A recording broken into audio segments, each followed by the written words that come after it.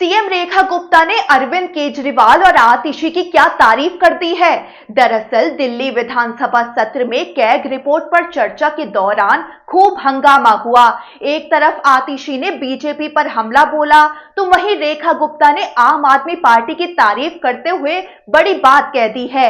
अरविंद केजरीवाल और आतिशी की तारीफ करते हुए तंज लहजे में रेखा गुप्ता बोली कि चाहे इनमें कितनी भी कमियां हो, लेकिन एक बात अच्छी है, ये लोग आखिर में अपनी गलती मान लेते हैं। वो बोली कि आज खुद आतिशी ने भी अपनी गलती मानी, इसी तरह केजरीवाल ने भी यमुना पर गलती मानी थी। रेखा गुप्ता का ये बयान आतिशी के उस भाषण के बाद आया जिसमें वो बोली थी कि हमने मान लिया कि हम चोर हैं, हम नालायक हैं, लेकिन बीजेपी पिछले 4 दिन से आम आदमी पार्टी को सिर्फ गाली देने का काम कर रही है। यहाँ आतिशी ने बीजेपी पर हमला बोला था और बीजेपी की तरफ से आरोपों को स्वीकार करते हुए गुस्सा जाहिर किया था, लेकिन अब रेखा गुप्ता ने उनके बयान का सहारा लेकर हमला बोल दिया है। इसी के साथ रेखा गुप्ता ने आतिशी को लेकर चिंता भी जताई है। उन्होंने आम आदमी पार्टी की राज्यसभा सांसद स्वाति मालीवाल का उदाहरण देते हुए आतिशी को सलाह दी है।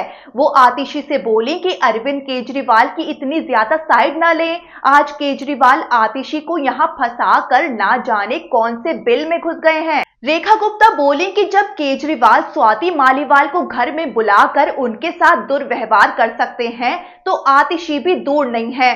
वो तंज लहजे में बोली कि आपके साथ भी कोई घटना ना हो, इस बात की मुझे चिंता है। वहीं इससे पहले आतिशी ने भाषण में बीजेपी पर तीखा हमला बोला था। वो बोली कि बीजेपी को मैंने कैग के लिए जैसी आस्था रखते हुए देखा है, आज तक ऐसा कभी नहीं देखा।